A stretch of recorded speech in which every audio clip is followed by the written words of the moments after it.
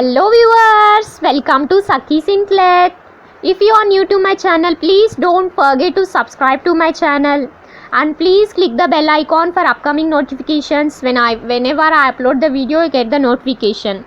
And today our topic is about the Ebola virus, which is an outbreak, which is a deadly virus which occur primarily in African continent, and also it is called as Ebola virus disease. Most commonly affects people and non-human primates such as monkeys, gorillas, chimpanzees, and mainly of also bats. And it is caused by infection with group of viruses within the Ebola virus.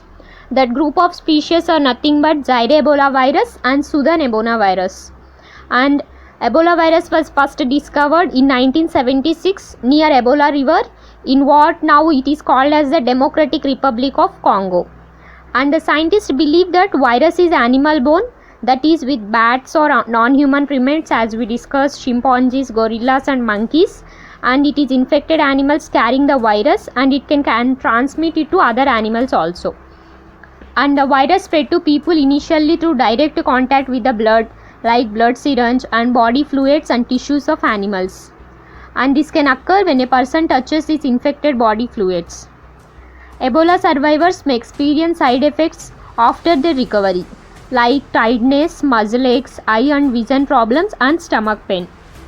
This aggressive nature of Ebola virus blocks the development of specific adaptive immune responses, and this also affects the immune system, that is the lymphopenia. The happens when the white blood corpuscles in that we have T cells. The T cell count when bloodstream is lower, this Ebola virus infection will become very severe, that is it directly affects the immune system, and this is the world's second deadliest outbreak. And come to the treatment, the EVD symptoms are treated as they appear to the patients by providing fluids and electrolytes, by offering oxygen therapy to maintain oxygen status, and using medications to support blood pressure and reduce vomiting and diarrhea like abdominal cavity problems, and to manage fever they give medicines.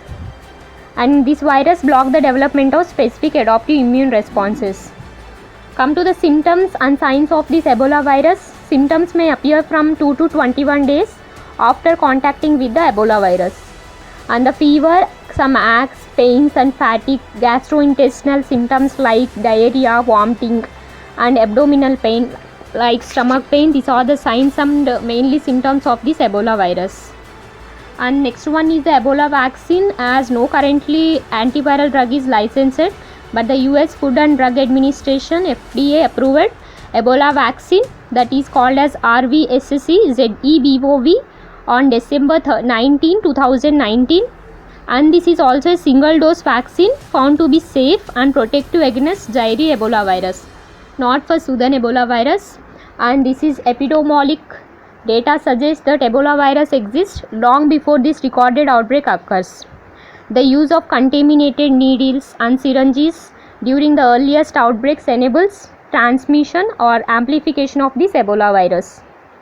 And as prevention is better than cure, come to the prevention of this Ebola virus by avoiding raw meat of an unknown source, and by avoiding the contact with non-human primates like blood and fluid, and avoiding syringes by using of EVD patients, and avoiding funeral rituals of EVD patients. By avoiding direct contact of symptoms of EVD patients, by following these preventions, we can be away from this Ebola virus.